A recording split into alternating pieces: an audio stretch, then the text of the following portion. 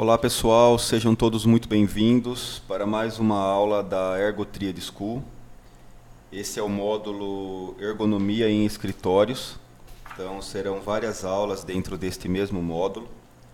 Esta é a primeira aula e eu serei o professor desse módulo, pelo menos dessas primeiras aulas.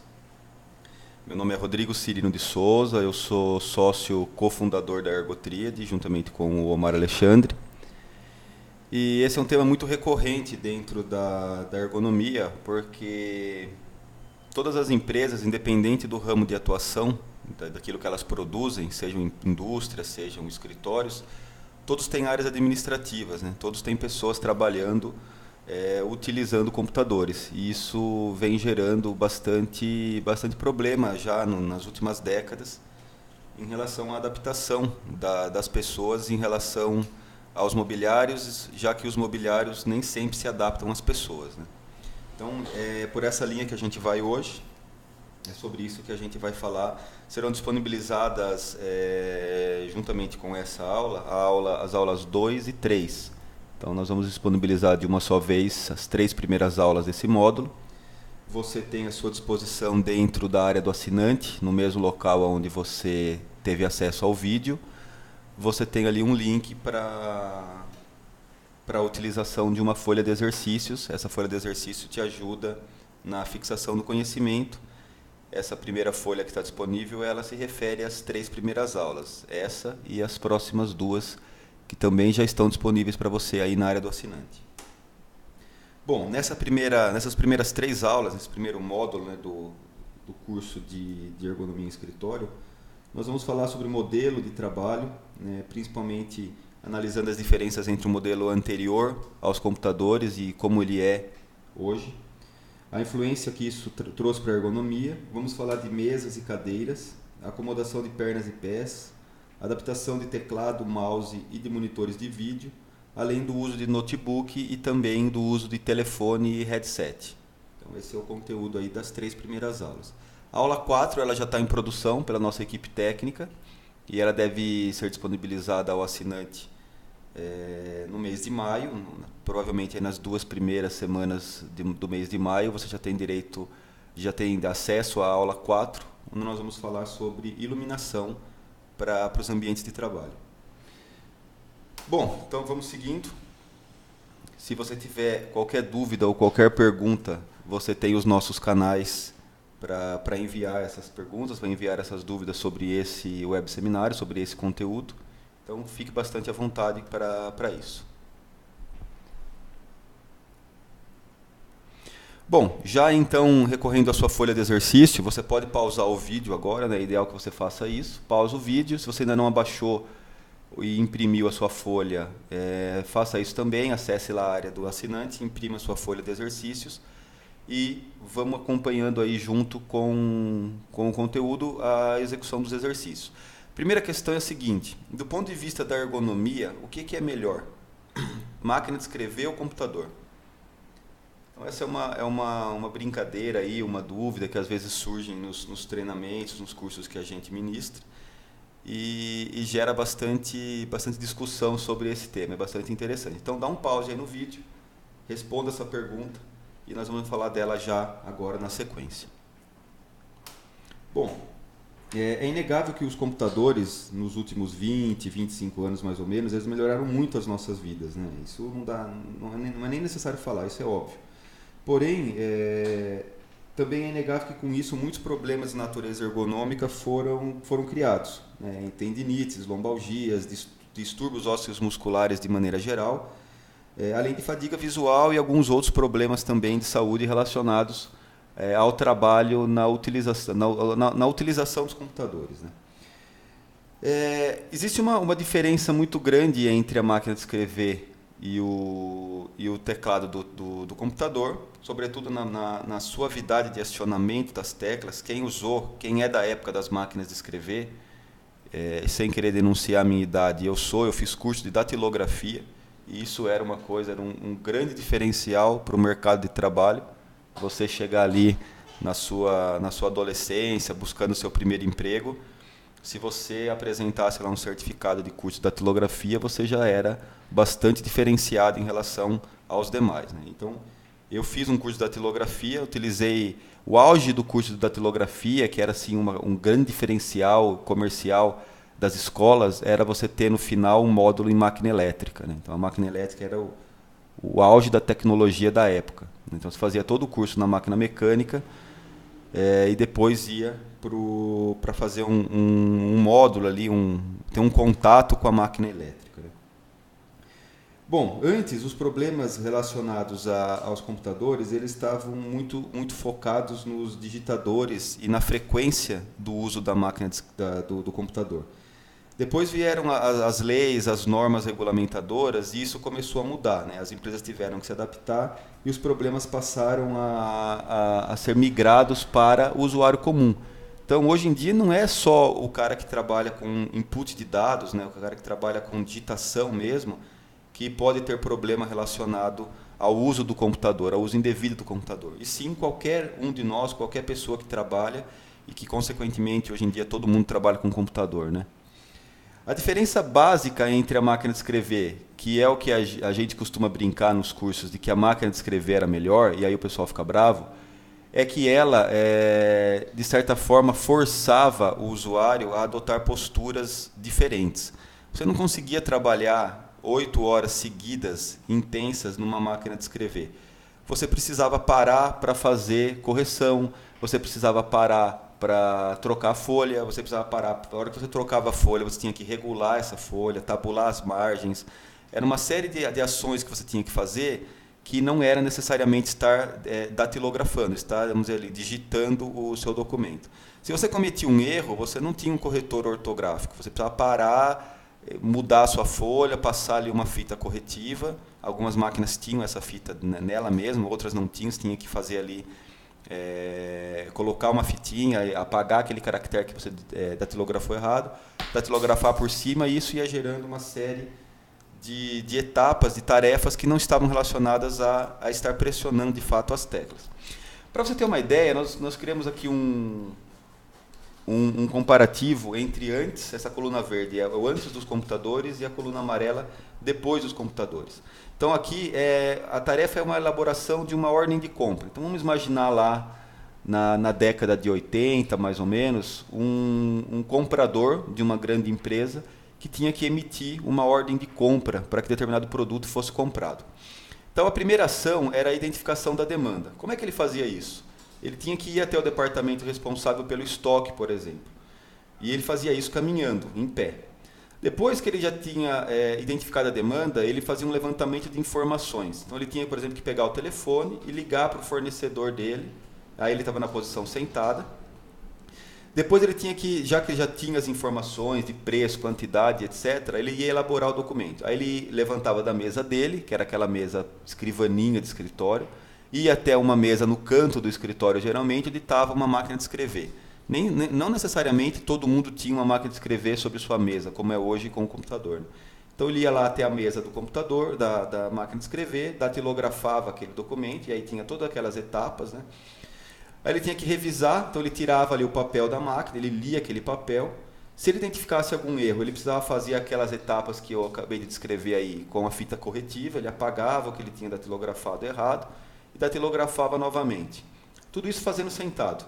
Depois ele ia ter que pegar a aprovação nesse documento. Aí ele levantava, ia até a sala do chefe ali do gabinete, né, do escritório.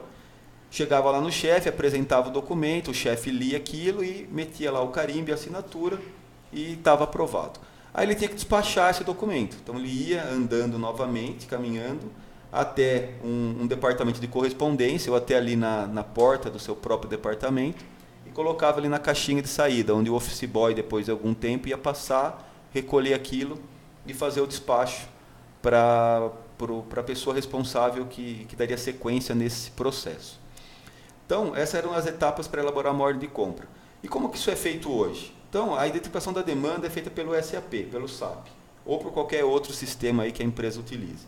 Automaticamente o SAP ou outro sistema gerenciador identifica que o estoque daquele item chegou no ponto crítico e ele já emite um comunicado. O levantamento de informações Às vezes ele é automático, o sistema nem precisa fazer isso, ele já tem parametrizadas as informações, mas se for preciso, o comprador vai enviar um e-mail, por exemplo, com detalhes que ele precisa apurar. Depois ele vai digitar no sistema, fazer um input de dados no sistema, na elaboração desse documento. A revisão é automática, não tem que revisar nada, o próprio sistema não permite que você erre, se você digitar ali um código errado ele recusa. Correção de erros já é automática. A aprovação é pelo próprio sistema, uma vez que o comprador lançou a ordem, ou a ordem foi lançada às vezes até automaticamente pelo SAP, o supervisor ou o gerente responsável por aquilo recebe no seu computador um e-mail ou um aviso, acessa o sistema, dá um OK e o documento está aprovado. Automaticamente isso é encaminhado via internet, o fornecedor recebe lá no seu computador e começa a preparar o pedido. Então todas essas etapas foram feitas sentado, diante de um computador. Não existe mais a variação postural. Por isso que existe essa brincadeira de dizer que a máquina de escrever era melhor. Se você comparar puramente a máquina com o computador, é óbvio que ela não era melhor, ela não tinha, ela era dura, tinha o acionamento das teclas era mais bruto, isso exigia um esforço maior para você conseguir fazer a marcação ali de um caractere, coisa que isso não acontece com os computadores. Mas a organização do trabalho de maneira geral, a forma como as coisas eram feitas, permitia uma variação postural muito maior. E cada vez que o cara tinha que levantar da sua cadeira, ir até um determinado local para executar uma ação, ele estava, de certa forma, promovendo uma pausa na tarefa de digitar, na tarefa de datilografar. Isso era muito importante para a prevenção de doenças. Não que não tinha, né? Tinha a cãibra do escrivão, que é uma doença bem documentada na literatura, que já era associada aos datilógrafos da época que faziam a elaboração de documentos e aí às vezes extrapolavam lá os limites, vamos dizer assim, seguros, e isso ia acabava acarretando em problemas de saúde. Muito bem, vamos seguindo. Bom, nós vamos falar, nós estamos aqui já no segundo fator de adaptação. O primeiro fator aqui é a flexibilidade. O segundo fator é a adaptação tardia dos computadores. Esses fatores são aqueles que justificam o porquê que nós temos tantos problemas relacionados ao trabalho com os computadores. Então, o primeiro fator, voltando um pouco aqui, que é nesse exemplo que eu acabei de dar, é a possibilidade da flexibilidade, que antes ela era maior, hoje ela é bem menor. A segunda é a adaptação tardia dos computadores. Quando as empresas começaram a migrar da máquina de escrever para o computador, elas não migraram também, não houve um avanço do mobiliário para acomodação desses computadores. Então, durante muito tempo, e ainda hoje até às vezes a gente percebe em algumas empresas, que o mobiliário que é utilizado ele não é um mobiliário adequado para o uso do computador. Ele é uma adaptação de mesas que eram utilizadas para datilografia ou simplesmente para trabalho manual, ali, feito com caneta mesmo, que era muito comum também. E o terceiro fator é a mudança física no ambiente. Durante muito tempo, os ambientes de trabalho, isso mais no passado, né, bem mais no passado, eles eram os chamados open space, né, escritórios amplos, como esse da foto, onde todo mundo trabalhava junto, era aquela chamada repartição, né? Então tinha um monte de mesa e um monte de gente trabalhando juntos ali, um ao lado do outro. Depois isso mudou um pouco, começaram a ocorrer as segregações de setores, né? Então existiam diferentes setores dentro da empresa e todos eles eram fisicamente isolados, você tinha menos pessoas trabalhando dentro de um mesmo ambiente, ambientes menores, com menos pessoas dentro. E agora, mais recentemente, a tendência está se repetindo, né? Nós estamos voltando aos escritórios open space. Esse, por exemplo, da foto, é um escritório super moderno, onde muita gente trabalha junto, um ao lado do outro. E isso gera alguns problemas, né? Dois deles são muito citados. O primeiro é a questão de reflexos no campo de visão, pela má distribuição das lâmpadas. As lâmpadas são distribuídas em posição padronizada sobre o teto, né, no teto do escritório. As mesas nem sempre estão devidamente alinhadas, respeitando ângulos das janelas, as vidraças que fornecem luz natural. Isso tudo acaba gerando ofuscamento de visão, a pessoa consegue ver a lâmpada, isso ofusca a visão, e também reflexos na tela do computador, o que representa aí um problema bastante importante dentro da ergonomia em escritório. E o outro é a questão da cognição, da percepção, do tratamento das informações pelo nosso cérebro. Existe um aumento muito grande de informações, até mesmo por ruído de fundo. Você está trabalhando aqui na tua mesa e o seu colega do lado está conversando no telefone, e o seu colega da esquerda também está conversando ao telefone, e você fica ali no meio ouvindo as duas conversas, e não tem, às vezes, a privacidade que você precisa para tratar com o seu fornecedor, com o seu cliente. E isso tudo, esse monte de gente junto, esse monte de ruído junto, um monte de conversa junto, acaba gerando aí fatores que aumentam os problemas de cognição e, consequentemente, aumentam o estresse no trabalhador. Muito bem, nós vamos falar agora sobre os 10 maiores problemas relacionados ao trabalho administrativo. Apurando-se a literatura de ergonomia que trata desse assunto, é possível extrair ali bastante repetição, bastante problema que são citados em diferentes fontes. Então a gente apurou tudo isso e criou aqui uma lista com os 10 maiores problemas relacionados ao trabalho administrativo. Mas antes da gente falar dele, faça novamente aí uma pausa no seu vídeo, aproveite para levantar um pouco da cadeira, esticar aí o corpo, tome uma água, pegue a sua folha de exercício e responda a questão 2. Na sua opinião, quais são os 3 maiores problemas ergonômicos relacionados ao trabalho administrativo? Então, se você é um consultor que atende aí empresas, quais são os 3 maiores problemas que você costuma identificar nos seus clientes? Se você é um ergonomista que trabalha dentro de uma empresa, fixo, quais são os 3 maiores problemas dos funcionários da empresa onde você atua? Então, se você é um estudante, de tudo que você já leu, quais são os 3 maiores problemas, na sua opinião, relacionados ao trabalho administrativo? Então, faça isso, escreva aí na sua folha, e na sequência nós já vamos falar sobre isso.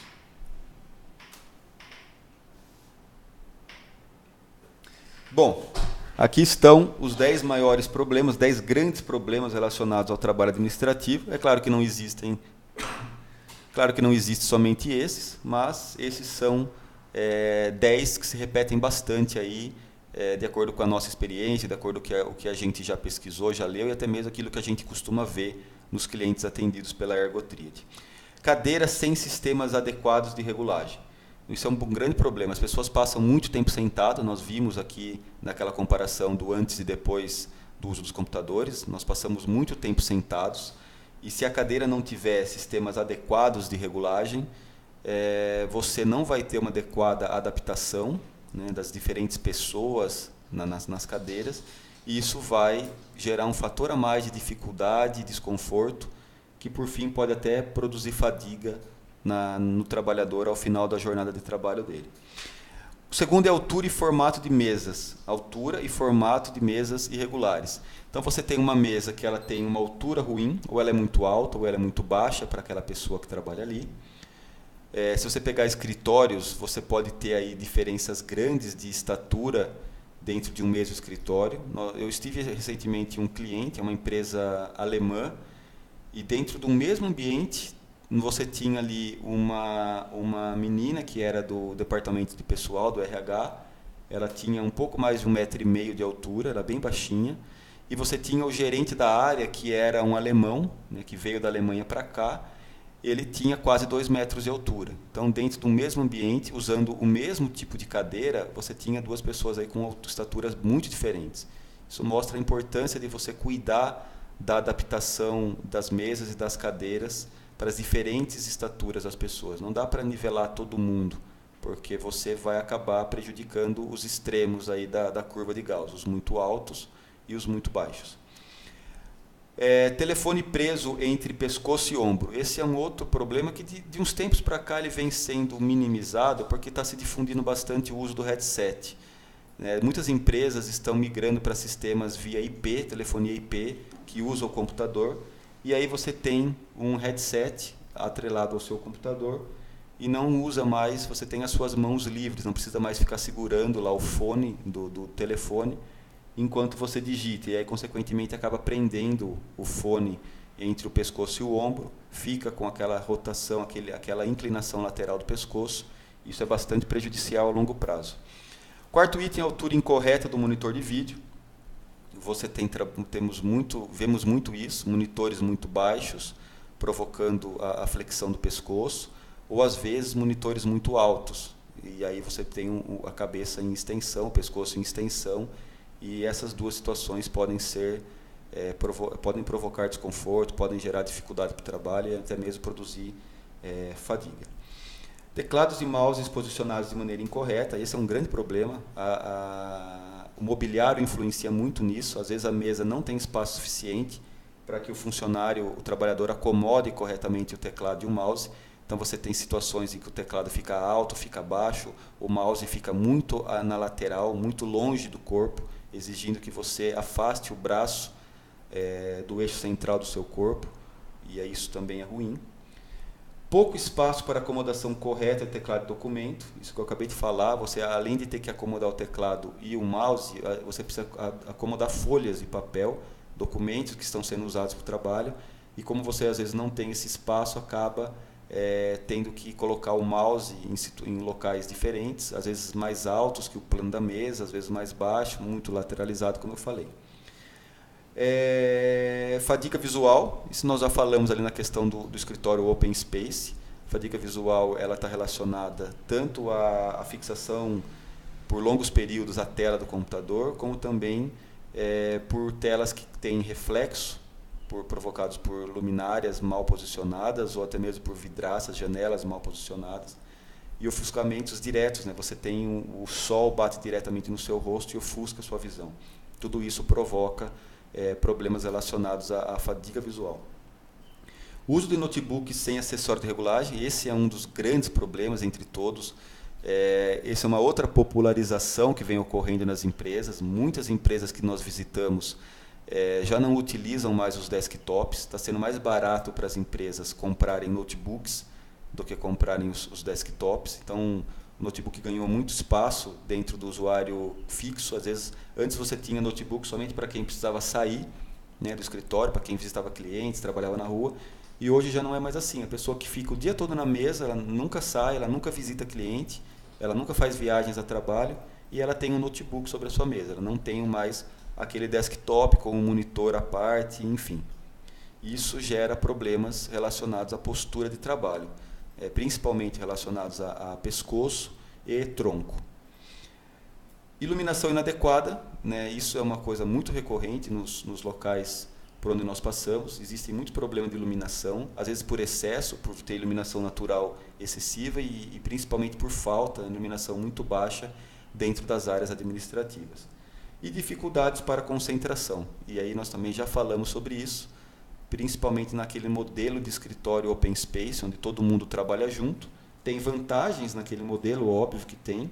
Você tem uma interação maior, você tem uma rapidez maior na tomada de decisão, mas você também é muito interrompido, você também tem muito ruído de fundo, roubam muito a sua atenção, e isso acaba provocando problemas. Bom, beleza, pessoal? Tudo bem até aqui? Então, estamos caminhando bem. Lembrando que, como esta aula não é uma aula ao vivo, você tem a forma aí de enviar para a gente todas as suas dúvidas em relação a essa aula pelos canais da Ergotria, de e-mail, Facebook, grupo de discussões que nós temos. Você tem acesso a tudo isso pela área do assinante, pelo nosso site.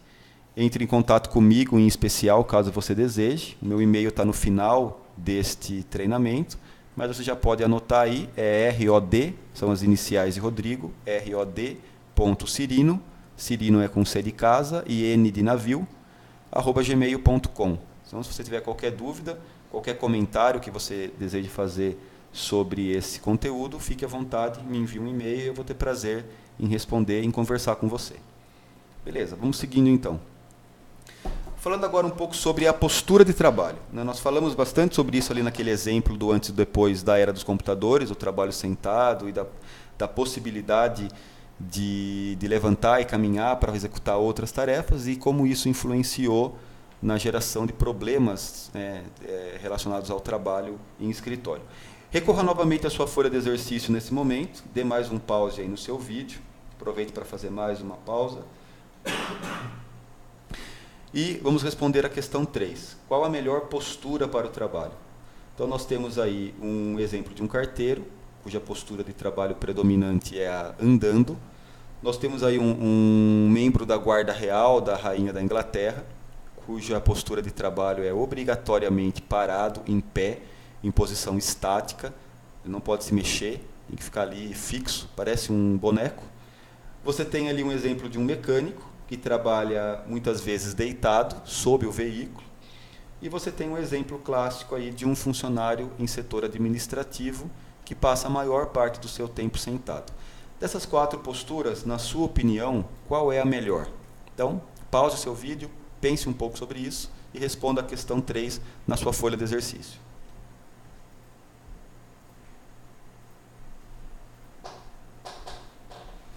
Bom, em relação a essa questão da postura, nós temos aqui uma pegadinha, né? Você já deve ter percebido isso.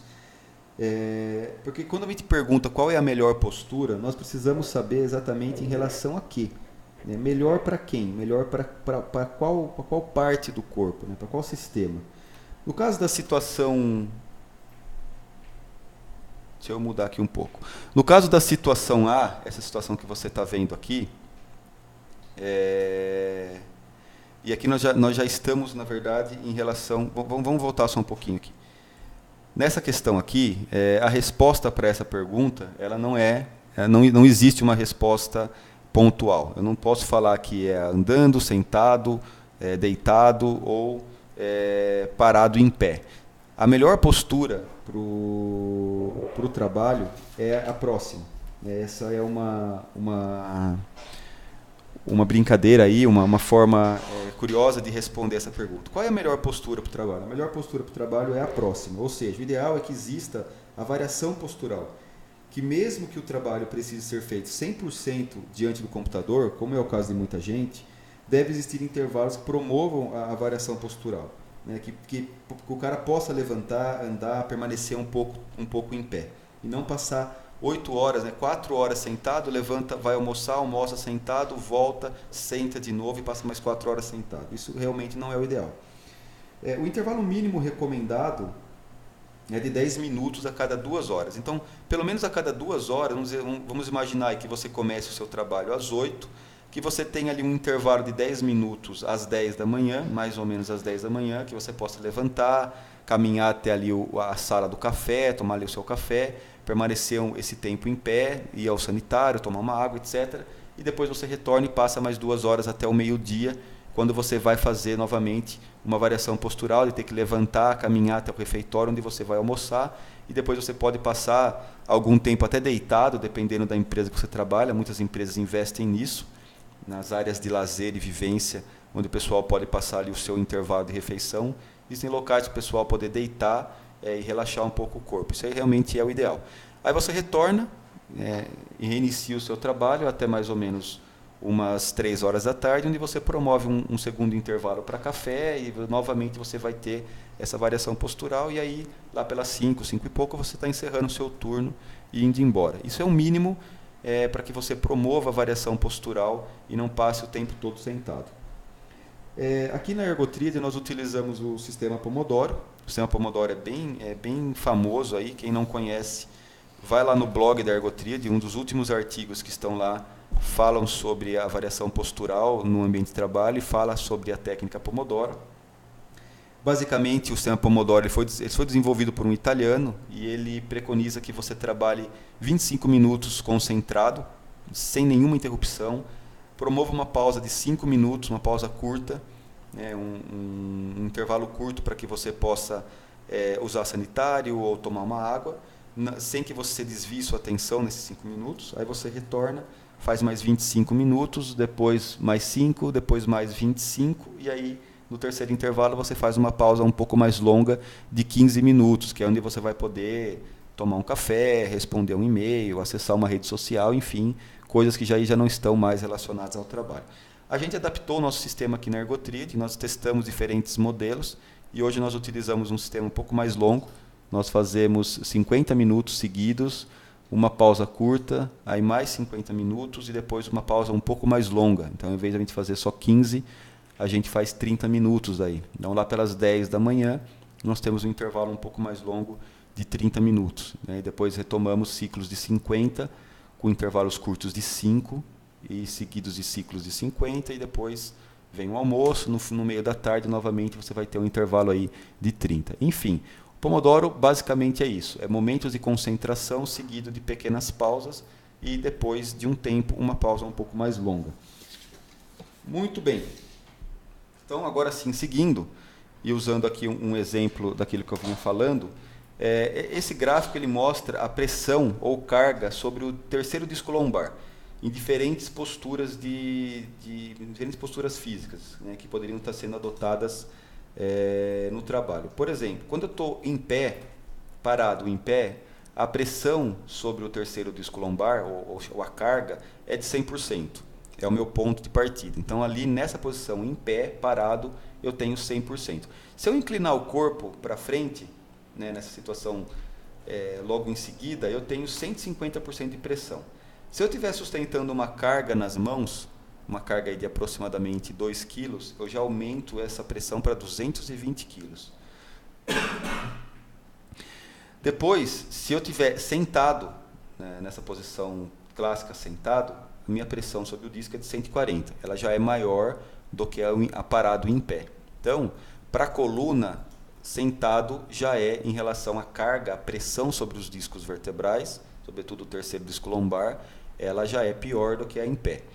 Se eu adotar uma postura aí um pouco mais relaxada, se eu me inclinar para frente, essa pressão vai para 190%, quase que dobra. E se eu estiver sentado e ainda segurando um peso nas mãos, isso vai para 275. E a posição deitada, eu tenho aí, em relação à pressão sobre os discos da coluna vertebral, um cenário mais confortável. Eu tenho 25% somente de pressão sobre os discos. Então, isso vai levar com que a gente parta agora para a última etapa desse módulo, dessa aula, dessa primeira aula. E aí eu peço que você novamente recorra à sua folha de exercícios e responda a seguinte questão. Qual é a melhor postura? Sentado com o tronco ereto ou sentado com a coluna curvada? Eu vou dar uma colher de chá para você e vou voltar aqui nesse slide para que você observe essa imagem. Né? Olha só essa imagem, que tem aqui a pessoa em pé, tem a pessoa ali sentada, a posição mais neutra, e a pessoa sentada com inclinação para frente. É disso que nós estamos falando aqui na sequência. Na situação A, a pessoa está sentada com o tronco ereto, e na situação B, ela está inclinada. E qual dessas duas, na sua opinião, é a melhor? Faça uma pausa aí e vamos responder essa questão.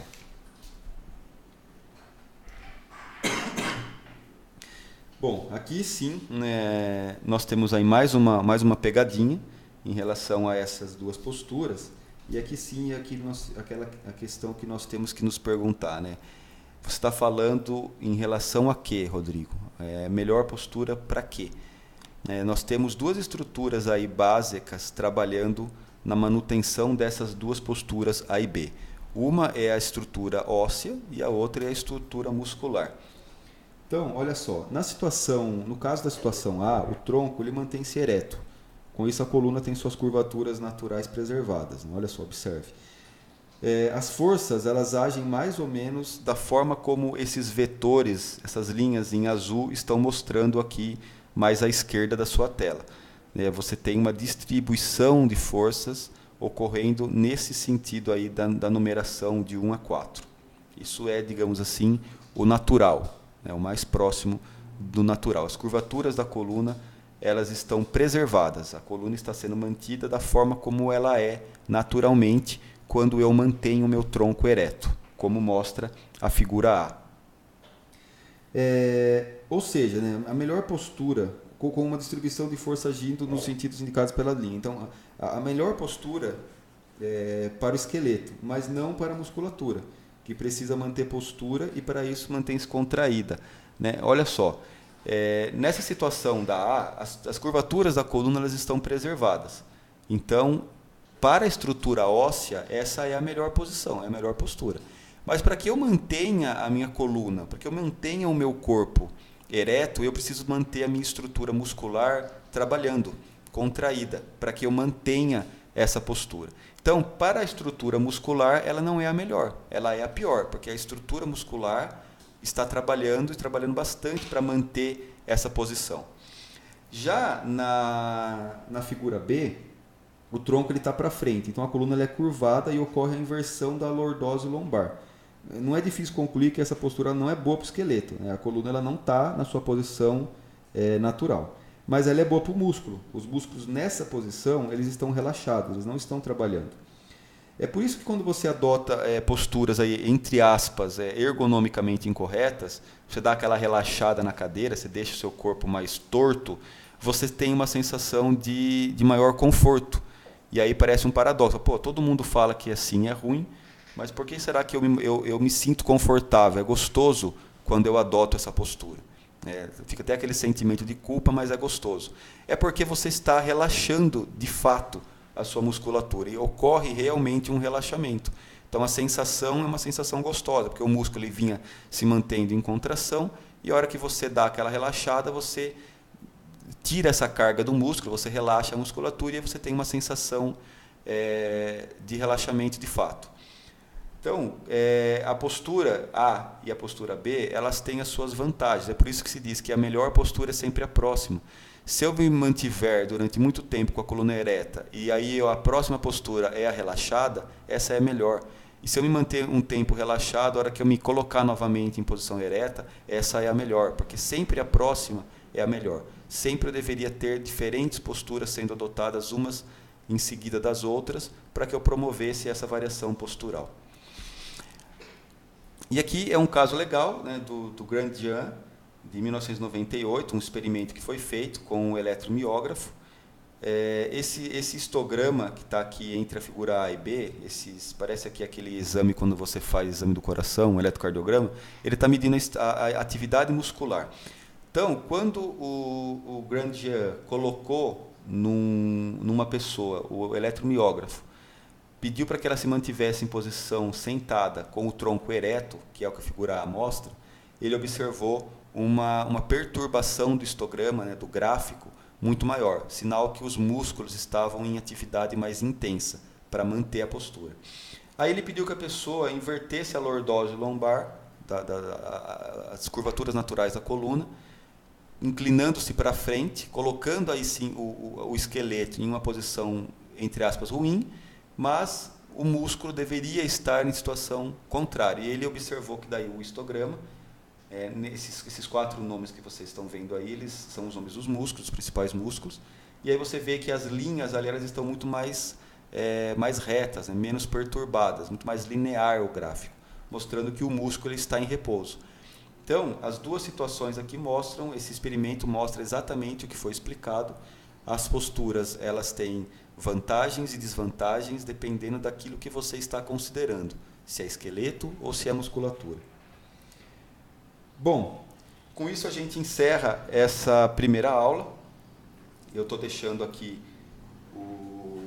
os meus contatos, rod.cirino@gmail.com, e através do Facebook também você pode me adicionar se você quiser, se você achar mais fácil conversar pelo Messenger do Facebook, fique à vontade, facebook.com/rodrigo.cirino. Você tem acesso aos meus contatos, pode mandar suas dúvidas, pode mandar os seus comentários, suas contribuições, suas sugestões. Como aluno da Ergotria School, você tem sempre prioridade na produção de conteúdo. Você pode mandar a sua sugestão de conteúdo, nós vamos analisá-la e, dependendo do caso, você vai ter aí a produção daquele conteúdo de acordo com a sua sugestão, de acordo com aquilo que você precisa ter acesso para ter mais conhecimento naquilo que você faz no seu trabalho. Muito bem, então com isso a gente encerra esta primeira aula. Você já tem aí à sua disposição as aulas 2 e 3, e a partir do mês que vem, a partir de maio de 2016, você tem acesso já à 4ª aula desse módulo, que vai falar sobre a iluminação do ambiente de trabalho. Muito obrigado, ficamos por aqui e até a próxima.